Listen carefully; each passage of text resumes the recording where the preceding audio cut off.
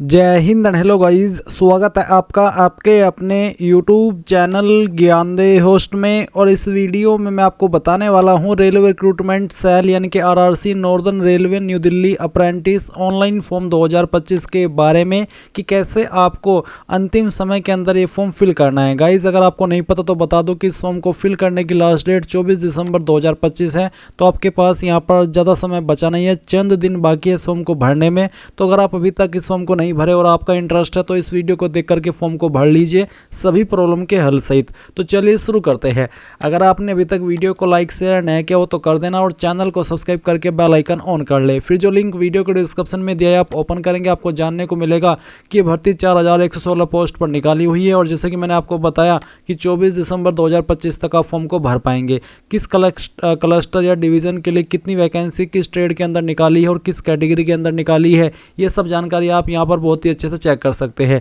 फिर अप्लाई करने के लिए 10वीं साथ ही उसी ट्रेड में ITI जिस ट्रेड में आप अप्लाई करना चाहते हैं 12वीं पास सिंपल इसमें अप्लाई नहीं कर पाएंगे और ना ही सिंपल 10वीं पास इसमें अप्लाई कर पाएंगे।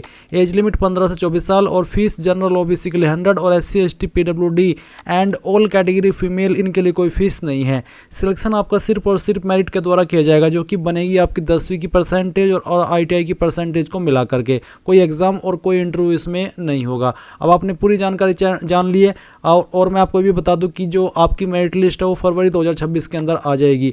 अब अगर आप इसमें एलिजिबल है और आपने अभी तक फॉर्म नहीं भरा तो आप इंपॉर्टेंट लिंक के सेक्शन से अप्लाई ऑनलाइन लिंक ओपन करेंगे, आपके सामने वाला इंटरफेस आ जाएगा। यहाँ पर आने के बाद में क्योंकि आप फ्रेशर है तो आप इसमें न्यू कैंडिडेट के लिए क्या टू रजिस्टर इसके ऊपर क्लिक करेंगे। इसके बाद में गाइज आपके सामने ये वाला इंटरफेस आएगा जहाँ पर सबसे पहले आपको जो आपका फर्स्ट नेम है, फर्स्ट नेम नहीं बल्कि पूरा नाम आपको यहाँ पर देना होगा 10th के सर्टिफिकेट के अकॉर्डिंग। फिर आपका ईमेल ID यहाँ पर डालेंगे, आपका मोबाइल नंबर आप यहाँ पर डालेंगे, आपका आधार नंबर आपको यहाँ पर देना होगा। डेट ऑफ बर्थ क्या है वो आप सिलेक्ट करेंगे, पहले डे फिर आपका मंथ और उसके बाद में जो भी ईयर है वो भी आप यहाँ पर सिलेक्ट कर लीजिएगा। ये सिलेक्ट करने के बाद आपको आपका जेंडर सिलेक्ट कर लेना है। कास्ट कैटेगरी क्या है, जनरल SC ST OBC जो भी है वही आपको सिलेक्ट कर लेनी है। अगर आप फिजिकली चैलेंज्ड है तो आप बताइए कि आपकी इनमें से कौन सी कैटेगरी है विकलांग वाली।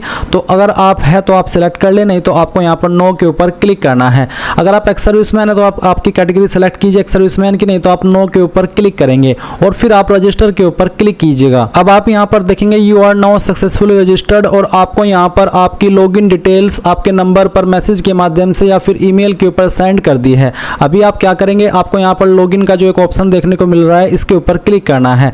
नाउ गाइज आपको जो यूजर ID मिली है ईमेल या मैसेज के माध्यम से वो आप यहाँ पर डालिए, जो पासवर्ड मिला है वो आप यहाँ पर भरिए और लॉगिन के ऊपर क्लिक कीजिए। अब गाइज लॉगिन करने के बाद में आपके सामने ये वाला इंटरफेस आएगा जहां पर आपकी रजिस्ट्रेशन की इन्फॉर्मेशन दी गई है। अभी आप यहां पर देखेंगे फिल एप्लीकेशन पेमेंट एग्जाम्प्टेड, क्योंकि यहां पर SC ST and all category female के लिए कोई फीस नहीं है इसलिए यहां पर पेमेंट एग्जाम्प्टेड का ऑप्शन आ रहा है। अगर आप जनरल OBC और आपको यहां पर पेमेंट करने का ऑप्शन दिखाई दे रहा है तो आप पहले पेमेंट करेंगे। जब आपका पेमेंट अपडेट हो जाएगा, कंप्लीट हो जाएगा, तब आप यहां पर फिल एप्लीकेशन के ऊपर क्लिक करेंगे एंड उसके बाद में आप देखेंगे फिल अप एप्लीकेशन इसके ऊपर क्लिक कीजिएगा।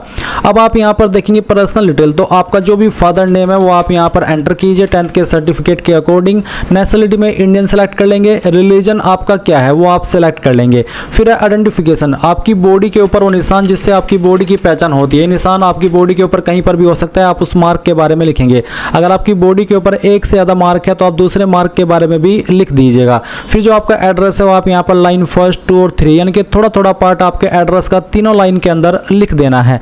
उसके बाद जो भी आपकी स्टेट है वो आप सेलेक्ट कर लेंगे और फिर जो आपकी डिस्ट्रिक्ट है वो डिस्ट्रिक्ट भी आपको यहाँ पर खुद से एंटर कर देनी है। इसके बाद आपका जो पिन कोड है वो आप यहाँ पर डाल देंगे एंड नियरेस्ट रेलवे स्टेशन कौन सा है वो भी आप यहाँ पर लिखेंगे।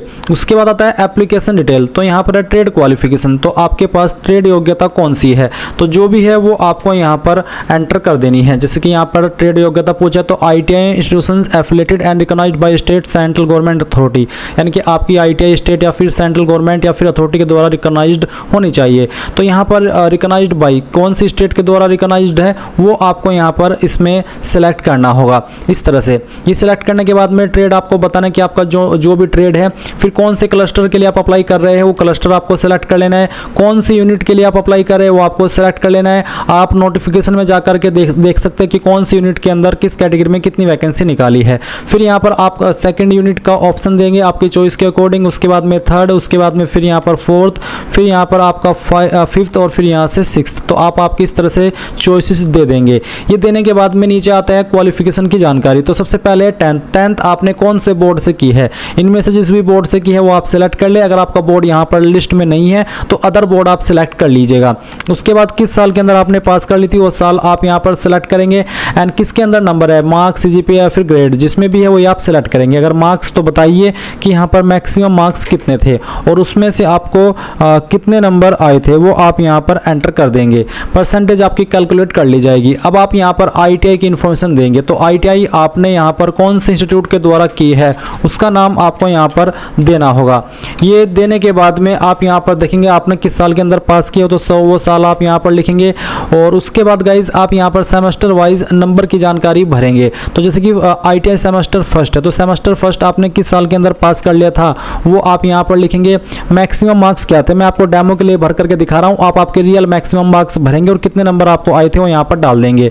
फिर ITI सेमेस्टर 2, तो ITI सेमेस्टर 2 आपने किस साल के अंदर पास किया था वो लिखेंगे। फिर यहाँ पर मैक्सिमम मार्क्स कितने नंबर आपको आए थे वो नंबर आप यहाँ पर डाल देंगे और आपकी इस तरह से परसेंटेज कैलकुलेट कर ली जाएगी। अगर आपके 3 सेमेस्टर थे, 4 सेमेस्टर थे तो आप चारों सेमेस्टर की इन्फॉर्मेशन दे देंगे। एंड देन आप सेव एप्लीकेशन के ऊपर क्लिक करेंगे। अब गाइज आप यहाँ पर देखेंगे your application has been updated. अभी आपको यहाँ पर click here to upload documents, इसके ऊपर क्लिक करना है। इसके ऊपर क्लिक करने के बाद आप ये सभी डॉक्यूमेंट अपलोड करेंगे जिसमें कि फोटोग्राफ है, left thumb impression, signature, 10th का सर्टिफिकेट, 10th की मार्कशीट, ITI मार्कशीट और कास्ट सर्टिफिकेट। तो यहाँ पर साइज भी आपको बता दिया गया। तो आप क्या करेंगे, सबसे पहले फोटोग्राफ सेलेक्ट करेंगे, फिर चूज फाइल के ऊपर क्लिक करेंगे, जहाँ पर फोटो फाइल है सेलेक्ट करेंगे एंड उसके बाद में यहाँ से ओपन करके अपलोड डॉक्यूमेंट के ऊपर क्लिक करके ओके कर देंगे तो आपका डॉक्यूमेंट अपलोड हो जाएगा। उसके बाद आप यहाँ पर देखेंगे लेफ्ट थंब इंप्रेशन यानी कि बाएं अंगूठे का निशान। तो चूज फाइल के ऊपर क्लिक कीजिए, जहाँ पर इंप्रेशन है वो सेलेक्ट कीजिए, अपलोड डॉक्यूमेंट के ऊपर क्लिक करके इसको भी आप यहाँ पर अपलोड कर दीजिए। देन आप यहाँ पर आपका सिग्नेचर अपलोड करेंगे, जहाँ पर साइन की फाइल है सेलेक्ट कीजिए, ओपन कीजिए, अपलोड डॉक्यूमेंट के ऊपर क्लिक करके इसको भी अपलोड कर दीजिए।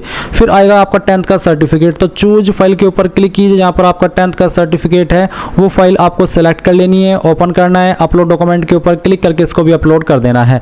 यहाँ पर बोला है कि साइज 50 से 100 KB के बीच में होना चाहिए। तो यहाँ पर गाइज एक एक करके आप सभी डॉक्यूमेंट अपलोड करेंगे। अगर आप कंफ्यूज है मार्कशीट और आपका सर्टिफिकेट में तो बता दूं कि अगर आपकी मार्कशीट और सर्टिफिकेट एक ही है तो दोनों में आपको एक ही फाइल अपलोड करनी है। और अगर आपके अलग अलग है मार्कशीट और सर्टिफिकेट तो आप मार्कशीट अपलोड कीजिए और फिर सर्टिफिकेट भी अपलोड कर दीजिएगा। अगर आप SC ST OBC है तो आप यहाँ पर जो आपका कास्ट सर्टिफिकेट है वो भी अपलोड करेंगे। तो चूज फाइल के ऊपर क्लिक कीजिएगा, जहाँ पर सर्टिफिकेट सेलेक्ट कीजिएगा, ओपन कीजिएगा और अपलोड डॉक्यूमेंट के ऊपर क्लिक करके इसको अपलोड कर दीजिएगा। तो सभी डॉक्यूमेंट आपके यहाँ पर इस तरह से आ जाएंगे। आप डाउनलोड के ऊपर क्लिक करके इनको डाउनलोड करके देख सकते हैं कि यहाँ सही से अपलोड भी हुआ है या फिर कोई अन्य डॉक्यूमेंट तो मेरे जो मैंने डॉक्यूमेंट अपलोड किया है उसकी जगह पर नहीं आ गया, तो वेरीफाई कर लीजिएगा।